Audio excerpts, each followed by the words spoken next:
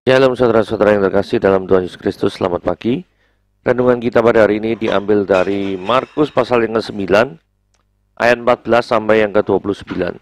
Judul renungan kita pada hari ini adalah otoritas yang terbatas. Apakah daya selembar kertas? Bukankah dia terlalu lemah? Kertas mudah sekali sobek, namun tidak lagi ketika selembar kertas berbentuk lingkaran dipasang sebagai mata pisau pada mesin pemotong. Kertas mampu memotong kertas karton, gagang gunting yang berbahan plastik, bahkan juga kayu. Ketika ada seorang anak yang mengalami kerasukan setan, dia dibawa oleh orang tuanya pada murid-murid Yesus. Harapannya, murid-murid Yesus dapat menyembuhkannya. Sayang, harapan itu tidak terwujud. Mengapa? Bukankah para murid telah menerima kuasa untuk mengusir setan? Pada waktu sebelumnya mereka pun pernah melakukannya dan berhasil. Rupanya kali ini ada yang kurang dalam diri para murid, yakni karena mereka bersandar hanya pada kekuatan mereka sendiri. Mereka kurang iman. Beruntung Yesus segera datang dan menyatakan kuasanya, sehingga anak itu beroleh selamat. Siapakah manusia tanpa sentuhan kasih Tuhan? Bukankah hanya debu tanah yang tidak berdaya? Namun seorang orang percaya diberinya kesempatan untuk memiliki kuasa guna untuk bersaksi baginya. Walaupun begitu, otoritas ini bersifat tidak menetap. Kuasa ini hanya dapat menjadi efektif ketika iman dipelihara secara terus-menerus melalui disiplin rohani. Bergantung total kepada Allah yang dinyatakan melalui ketekunan dalam doa. Bukan untuk dijadikan mantra, melainkan karena doa membawa seorang semakin dekat kepada Allah. Doa menjadi salah satu cara kita merawat hubungan dengan Tuhan. Tanpa semuanya ini, mana mungkin kita mengatasi kemustahilan. Di luar Tuhan kita tidak berdaya, bersama Dia tidak ada yang mustahil bagi orang yang percaya. Oke, kita lihat pembahasannya gitu ya. Masihkah ada uluran tangan Kristus di tengah dunia yang penuh dosa ini? Gitu ya. Nah, mari kita lihat Markus pasal yang 9 ayat 14 sampai 29.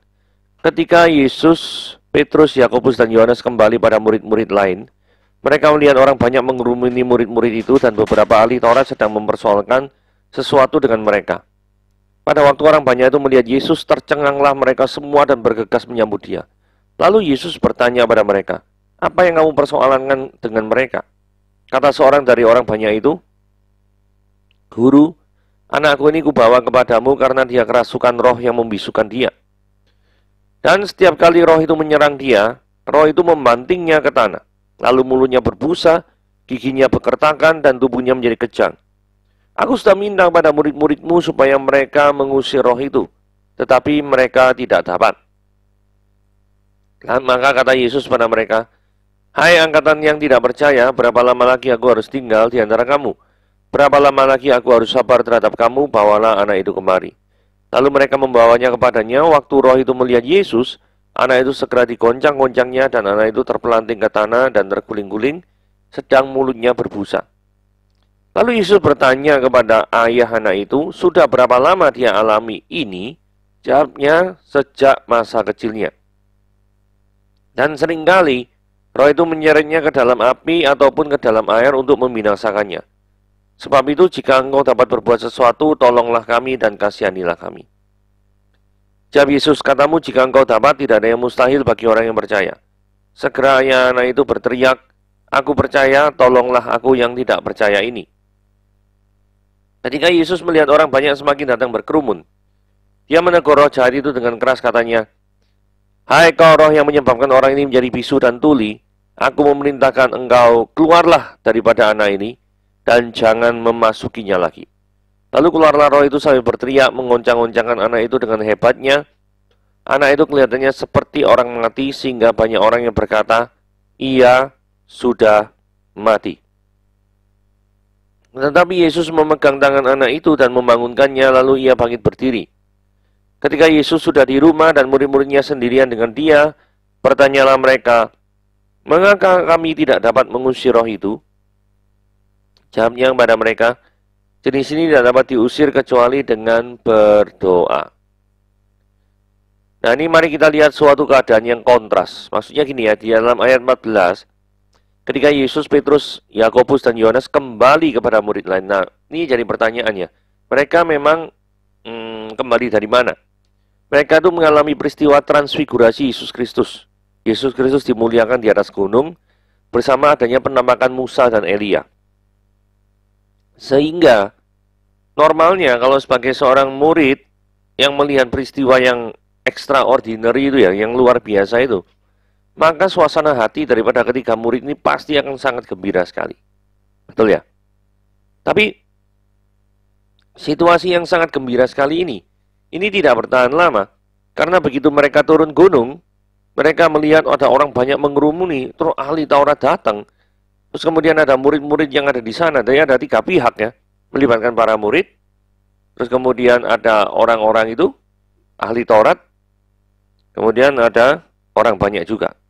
Nah sebenarnya ada persoalan apa? Ada peristiwa serius ada permasalahan apa yang sedang terjadi? Dari suasana yang gembira menjadi tegang kembali. Nah itulah suasana kehidupan daripada kekristenan. Bisa saja suatu saat kita mengalami suatu berkat luar biasa, penyertaan Tuhan luar biasa yang hebat. Hati kita senang dan sukacita. Tetapi ada saatnya juga ketika kita misalkan menghadapi suatu situasi yang mengharuskan kita berpikir keras untuk menemukan solusi daripada permasalahan yang terjadi. Nah di ayat 15, pada waktu orang banyak itu melihat Yesus, tercenganglah mereka semua dan bergegas menyambut dia. Ini menarik ya, ketika melihat Yesus, orang banyak itu ingin menyambut dia. Seolah-olah orang banyak itu memiliki pengharapan baru, karena mereka memiliki persoalan yang belum mereka pecahkan. Jadi, orang banyak dalam kasus ini menganggap Yesus adalah sumber daripada solusi, sumber daripada jawaban atas permasalahan hidup mereka. Nah ini mantap. Karena apa? Karena seringkali ada banyak orang yang tidak menjadikan Yesus sebagai satu-satunya jawaban dalam kehidupannya. Mereka tidak mengharapkan kepada Yesus. Mereka datang hanya kepada Yesus kalau misalkan sudah kepepet. Nah ini biasanya orang-orang kayak gini ya. Saudara, hal yang perlu kita ketahui adalah gini ya. Ketika seorang berjumpa dengan Yesus, apakah orang tersebut itu menaruh harapan hidupnya kepada dia? Atau malah kehidupannya itu terusik ketika ada orang yang membicarakan tentang Yesus? Benar ya? Ada orang-orang tertentu yang ketika orang bicara tentang ketuhanan atau Tuhan, atau tentang hal-hal yang berbau rohani, maka orang itu langsung tidak senang. Pernah tidak Anda jumpai orang-orang yang seperti itu? Nah, orang-orang yang seperti itu sebenarnya adalah apa? Di dalam hatinya yang terdalam tidak mau dirinya itu ditegur, ditelanjangi keberdosaannya. Karena apa? Karena dia tahu kalau dia bertemu dengan Tuhan yang suci, maka segala kebusukannya itu pasti akan terlihat. Dan dia tidak mau itu terlihat. Dia pengen itu tertutup. Bahkan mungkin kalau perlu tertutup selamanya. Orang lain tidak perlu tahu. Tetapi Tuhan tahu. Itulah sebabnya terkadang orang-orang seperti ini menjauhi Tuhan. Karena ada sesuatu dalam kehidupannya yang ditutupi terus-menerus. Ayat 16. Lalu Yesus bertanya kepada mereka, apa yang kamu persoalkan dengan mereka? Ayat 16 tidak boleh diartikan bahwa Yesus tidak maha tahu ya. Mungkin ada orang mikir, loh, Yesus ini katanya Tuhan, kan maha tahu. Kalau maha tahu, ngapain ini tanya-tanya? Apa yang kamu persoalkan dengan mereka? Harusnya tahu dong. Pertanyaan Yesus kepada orang banyak ini menunjukkan sisi kemanusiaan Yesus. Jadi ayat-ayat yang menunjukkan kemanusiaan Yesus tidak bisa digunakan untuk membuktikan bahwa Yesus bukan Tuhan. Sebaliknya, ayat-ayat yang menunjukkan ketuhanan Yesus tidak bisa membuktikan bahwa untuk menunjukkan bahwa dia bukan manusia. Gitu ya. Contohnya ginilah ya. Jadi misalkan saya suka sepak bola, gitu ya. Terus kemudian pada saat yang bersamaan saya juga misalkan lagi nge-gym, gitu ya. Nah kemudian ada seorang yang bertanya, tuh, wah dia main sepak bola, buktinya dia suka main bola, ya toh, dia suka main futsal apa gini gitu. Nah, apakah ketika saya main futsal, saya main sepak bola, itu tidak bisa berarti bahwa saya juga misalkan ya nge-gym, juga nge-gym. Nah, kan tidak bisa dibuktikan seperti itu. Sebaliknya, kalau ada orang lihat saya nge-gym ya, lari, treadmill, apa gitu. Terus orang melihat, oh, Adi itu olahraganya nge-gym. Jadi bukan sepak bola. Loh, kan saat itu memang lihat nge-gym. Hal-hal yang membuktikan saya nge-gym, ada di ruang nge-gym, misalkan angkat berat, lari di treadmill, itu tidak membuktikan saya tidak suka sepak bola. Itu hanya membuktikan bahwa saya lagi nge-gym. Nangkap ya maksudnya? Berarti pada waktu Yesus bertanya yang menunjukkan sisi kemanusiaannya, itu tidak membuktikan bahwa dia itu bukan Tuhan. Gitu loh. Jadi jangan sampai ini dibolak-balik. Nanti logikanya bingung semua. Oke, kita lanjut. Ayat 17. Ketika seorang dari orang banyak itu, "Guru, anakku ini kubawa kepadamu, karena dia kerasukan roh yang membisukan dia." Orang ini mengenal Yesus sebagai guru, bukan sebagai Tuhan. Ini nanti terlihat bahwa ucapannya dan imannya pada Yesus. Kalau orang ini mengenal sebagai guru, artinya apa? Bisa saja kuasa daripada seorang guru itu terbatas, benar. Jadi pengenalannya akan Tuhan, itu nanti akan menuntun iman seperti apakah yang dia miliki. Nah, ketika ada perkataan keluar, katamu jika engkau dapat, jika aku dapat. Ini berarti kan meragukan kuasa Yesus. Menunjukkan pengenalan kepada Yesus itu kurang sempurna. Nah, orang ini membawa anak itu kepada Yesus setelah para muridnya tidak dapat melakukan tindakan eksorsisme. Orang ini tidak langsung minta pertolongan kepada Yesus ya. Karena memang Yesus ada waktu itu sedang ada di gunung. Ada peristiwa transfigurasi itu. Tetapi setelah Tuhan Yesus naik ke sorga, maka kehadiran Yesus tidak lagi dibatasi oleh tubuh.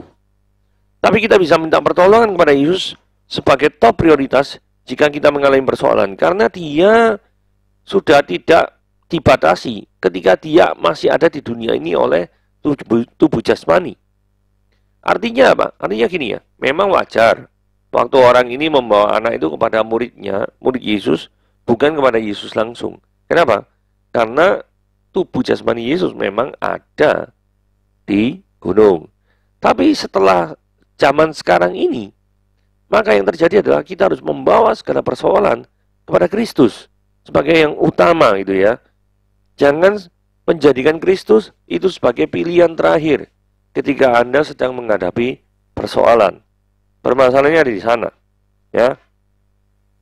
Hal berikutnya, ketika orang ini mengenal Yesus sebagai guru ya, dan kadang orang-orang itu mengikut Kristus atau mengikut Tuhan, itu hanya ingin mendapatkan sesuatu dari Tuhan, bukan untuk melayani Dia.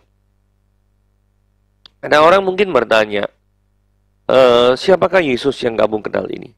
Ada banyak macam-macam. Salah satu jawaban adalah, ada orang yang menjawab, oh dia adalah sang pembuat mujizat dalam kehidupan saya. Dalam satu sisi benar, tapi kalau Anda mengenal Yesus hanya sebagai pembuat mujizat dalam kehidupan Anda, maka jikalau suatu saat mujizat itu tidak terjadi dalam kehidupan Anda, maka pasti Anda akan kecewa, bukan? Dan Anda akan berkata, Yesus ini tidak peduli, Yesus ini sudah meninggalkan Anda. Padahal kepedulian dan kehadiran Kristus itu tidak selalu menghadirkan mujizat. Betul ya? Kalau di dalam cerita-cerita Alkitab, di mana Yesus ada pesembuhan, ada pengusiran setan, ada orang mati dibangkitkan, itu semata-mata untuk meneguhkan kepercayaan daripada orang-orang yang melihatnya bahwa dia memang benar adalah Tuhan. Sehingga ketika dia bisa meredakan angin ribut, maka ada seorang saksian yang berkata, sungguh orang ini adalah anak Allah. Jadi, ketika tujuannya perform miracle and wonder, mujizat-mujizat itu sudah tercapai, bahwa orang-orang bisa bersaksi bahwa Yesus adalah Tuhan, maka kehadiran-kehadiran mujizat itu pasti tidak sesering yang terjadi di zaman dulu, di zaman sekarang ini ya maksudnya ya. Karena apa? Karena tujuannya yang mujizat itu membuktikan Yesus sebagai Tuhan. Kalau itu sudah terbukti dan sudah teraccomplish, sudah terpenuhi tujuannya, maka hal itu tidak akan diulangi kalau tidak perlu. Begitu ya. Oke, ini gerak cepat menyelesaikan suatu masalah. Maka kata Yesus pada mereka, "Hai angkatan kamu yang tidak percaya, berapa lama lagi aku harus tinggal di antara kamu?" Secara implisit, kata-kata ini menunjukkan bahwa Yesus tak akan terus bersama dengan mereka untuk mengejar atau menegur mereka. Ada saatnya dia akan meninggalkan mereka. Perkataan ini perlu dirundungkan oleh orang-orang yang sudah pergi gereja, berulang-ulang mendengarkan Injil atau panggilan Tuhan untuk percaya, tapi tetap tidak mau bertobat. Orang Kristen yang iman, kesucian, dan pengenalannya terhadap Tuhan tidak bertumbuh. Yesus tidak berlama-lama dalam menyelesaikan suatu masalah. Ketika para muridnya tidak mampu melakukan tugas eksorsisme, pengusiran setan gitu ya, maka Yesus langsung mengambil alih. Aplikasi praktisnya gini ya. Jika ada anak buah Anda yang tidak memiliki kemampuan untuk melakukan suatu tugas, maka atasan yang sigap langsung melakukan take over. Atau bukan kelihatan tidak mampu, tapi memang dia kewalahan gitu ya. Sebenarnya kalau diberi waktu dia mampu, tapi karena at the same time banyak tugas, maka Anda harus lihat, oh ini butuh bantuan, butuh sokongan, maka harus turun tangan. Kira-kira seperti itu ya. Oke, lanjut. Kenalilah sekelilingmu. Lalu mereka membawanya kepadanya. Waktu roh itu melihat Yesus, anak itu segera digoncang-goncangnya. Anak itu terpelanting ke tanah dan terguling-guling, sedang mulutnya berbusa. Lalu Yesus bertanya pada ayah anak ini, sudah berapa lama dia mengalami ini? Jawabnya, sejak masa kecilnya. Ketika roh setan melihat Yesus, maka manifestasi yang terjadi adalah anak itu digoncang-goncang, terguling-guling, dan mulutnya berbusa. Jadi, jangan ada orang yang mengaku kepenuhan Roh Kudus, kemudian melakukan tindakan-tindakan yang mirip sekali dengan ayat 20. Gitu ya. Maksudnya gini ya. Kan yang melakukan tindakan-tindakan yang menggoncang-goncang, mulutnya sampai berbusa, terguling-guling, ini adalah manifestasi setan gitu loh. Nah, permasalahannya ada orang yang mengaku kepenuhan Roh Kudus, terus melakukan tindakan-tindakan yang mirip sekali dengan yang disebut daripada ayat 20 yang tulisannya warna merah itu. Jangan salah, jangan mau ditipu oleh setan. Penderitaan seorang ketika lama dikuasai oleh iblis, itu akan sangat menyusahkan banyak orang. Ini kaitannya dengan ayat 21, tulisan biru ya. Sudah berapa lama dia mengalami ini? Diguncang-guncang dan lain sebagainya ya. Sejak masa kecilnya. Jadi dikuasai setan ini sejak masa kecilnya. Pasti ini adalah suatu masa yang sangat lama sekali. Keluarganya yang paling kena dampak. Jadi perhatikan baik-baik ya. Jikalau kehidupan seseorang itu dikuasai oleh setan, maka yang paling disusahkan itu adalah orang yang paling dekat, yaitu keluarganya sendiri. Jadi kalau Anda mengaku mencintai keluarga saudara, masihkah Anda mau memberikan diri Anda sendiri dikuasai oleh iblis, dikuasai oleh hawa nafsu Anda, dikuasai oleh setan-setan di udara? Nah, terus kemudian kita lihat ya, kalau saya jadi ayah anak itu ya, atau kan pasti berusaha terus toh untuk menyembuhkan anak ini, atau mencari pertolongan. Nah, yang menggelitik pertanyaan bagi saya adalah, mengapa ada interval jarak waktu yang lama sekali, dan selama itu orang itu dikuasai dengan dikendalikan oleh iblis? Kenapa kok perlu ada interval lama sekali? Ada kemungkinan karena di sekeliling lingkungan sang ayah atau keluarga itu tidak ada orang yang memiliki iman yang kuat atau memiliki pengalaman pelayanan untuk melakukan tindakan eksorsisme, pengusiran setan. Bisa saja itu terjadi.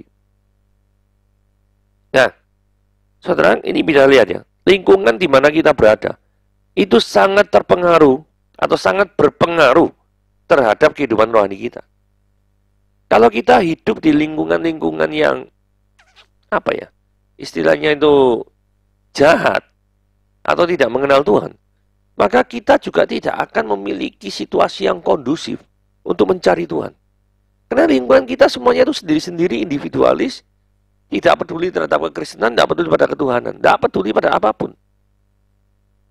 Berhati-hatilah dengan lingkungan di mana Anda ditempatkan. Oke. Nah, ayat 22 orang ini berkata ya, sang ayah ini, sebab itu jika engkau dapat berbuat sesuatu, tolonglah kami, kasihan kami. Saudara, kalimat berwarna biru itu memang menunjukkan betapa sangat buruk iman daripada sang ayah ini, sehingga meragukan daripada kuasa Yesus. Nah, saya bertanya-tanya, mengapa kok dia sampai memiliki iman yang buruk itu? Pasti ada latar belakangnya, bukan? Apakah pengalamannya yang terlalu sering gagal ketika usahanya itu untuk menyembuhkan anaknya, itu membuat penilaiannya terhadap Yesus itu agak sedikit lebih rendah? Sehingga dia meragukan, jangan-jangan yang bernama Yesus ini kejadiannya sama dengan orang-orang terdahulu yang tidak memiliki kemampuan untuk menyembuhkan anak saya. Sehingga berdasarkan pengalaman akumulasi yang terus-menerus itu, maka dia mengucapkan, jika engkau dapat berbuat sesuatu, tolonglah kami. Yesus menanggapinya dengan berkata, tiada yang mustahil bagi orang yang percaya. Iman seringkali memiliki peran yang besar dalam pengabulan doa. Saudara, lihat Matius 17 ayat 20 ya. Ia berkata kepadamu, sungguhnya karena kamu kurang percaya, sebab aku berkata kepadamu, sesungguhnya sekiranya kamu mempunyai iman sebesar biji sawi saja, kamu dapat berkata kepada gunung ini pindah dari tempat ini ke sana, maka gunung itu akan pindah. Dan tidak ada yang mustahil bagimu. Saudara, ada suatu kuasa yang sangat besar ketika memang orang itu menaruh pengharapannya dan percaya kepada Yesus. Jadi, percayalah dia. Percayalah kepada dia. Nah, ayat 24. Segera ayah anak ini berteriak, aku percaya. Dia langsung mau percaya. Terus kemudian kalimat berikutnya, tolonglah aku yang tidak percaya ini. Jadi sang ayah ini mengakui ya, bahwa dia mengalami ketidakpercayaan, skeptisme. Ini karena apa? Karena akumulasi pengalaman yang berulang-ulang. Karena sekian lama anak ini dibawa kemana-mana juga tidak sembuh-sembuh. Saudara, ada orang mengatakan, loh ini ngomong satu ngomong percaya. Terus tolonglah aku yang tidak percaya. Ini bukan kontradiksi. Orang itu percaya, tapi dia juga sadar bahwa imannya itu tidak sempurna.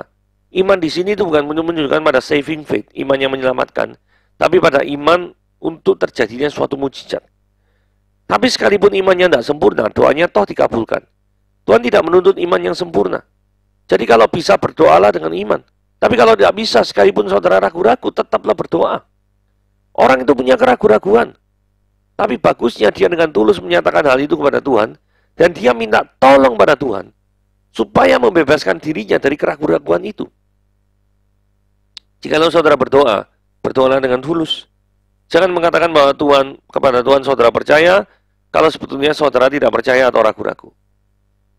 Nah, ketika Yesus melihat orang banyak itu datang berkerumun, dia menegur roh jahat itu dengan keras. Yesus menegur dengan keras, maksudnya dengan keras ini bukan volume suaranya keras, tapi tegurannya yang sifatnya keras. Penerapannya, dalam berdoa, kalau menyampaikan firman Tuhan, ngusir setan, yang penting bukan suara keras, tapi iman atau kuasa dari Tuhan.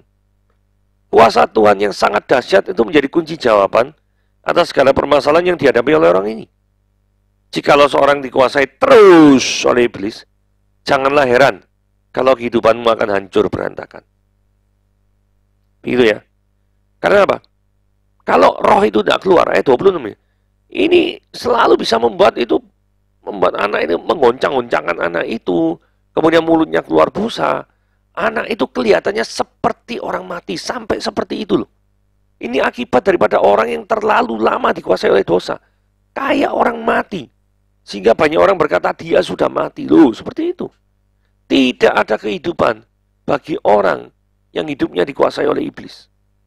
Jadi bersyukurlah jika Yesus menegur dengan keras. Itu dengan tujuan, dengan maksud tujuan yang baik untuk memperbaiki daripada kehidupanmu. Uluran tangan Kristus. Tapi Yesus memegang tangan itu dan membangunkannya, dia bangkit berdiri. Ketika setan meninggalkan kehidupan ini, sebagai gantinya, nakoda kehidupan kita itu ganti Yesus. Itulah sebabnya katakan Yesus memegang tangan orang ini. Atau tangan anak ini. Maukah tangan-tangan kita dipimpin oleh Tuhan? Atau selama ini tangan-tangan kita itu menolak pimpinan Tuhan, tidak mau digandeng oleh Tuhan? Untuk bisa kembali kepada kondisi yang normal, butuh uluran tangan Kristus. Ini penting untuk bisa supaya hubungan kita yang adalah manusia berdosa ini dengan Allah yang suci itu kudus, supaya bagus, maka kita membutuhkan peran Kristus, inisiatif Kristus. dan uluran tangan Kristus. Itulah makna daripada ayat 7.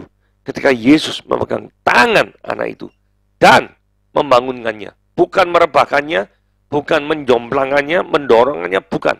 Tapi membangunkannya. Jadi bersama dengan Yesus, Anda akan bangkit. Bersama dengan Yesus, Anda akan bangun. Ketika Yesus sudah di rumah murid-muridnya sendirian dengan dia, bertanya mereka, mengapa kami tidak dapat mengusir roh itu ya? Nah ini ya, murid-murid merasa heran karena dulu mereka bisa ngusir. Tapi sekarang kok tidak bisa. Nah ini kuasa, ini menunjukkan kuasa memang bisa naik turun. Tergantung iman dan hubungan kita dengan Tuhan. Murid-murid gagal, tapi mereka mau introspeksi diri. Mau belajar dari kegagalan mereka itu apa? Ini merupakan sikap yang sangat bagus. Maukah saudara meniru daripada sikap para murid ini? Maksudnya kalau saudara gagal dalam pelayanan, maka saudara akan bertanya, kenapa ya saya gagal ya? Apakah ada solusi-solusi lain sehingga saya tidak gagal? Nah, terus kemudian jawabnya Yesus, jadi sini tidak dapat diusir kecuali dengan berdoa. Ini tidak boleh diartikan bahwa kalau mengusir setan, baru kita berdoa. Tidak ya. Perhatikan bahwa Yesus sendiri tidak berdoa di sini. Jadi artinya, harus ada disiplin rohani. Dalam hal ini memang khususnya dalam hal berdoa. Dalam kehidupan kita sehari-hari. Baru bisa mengusir setan dengan kuat.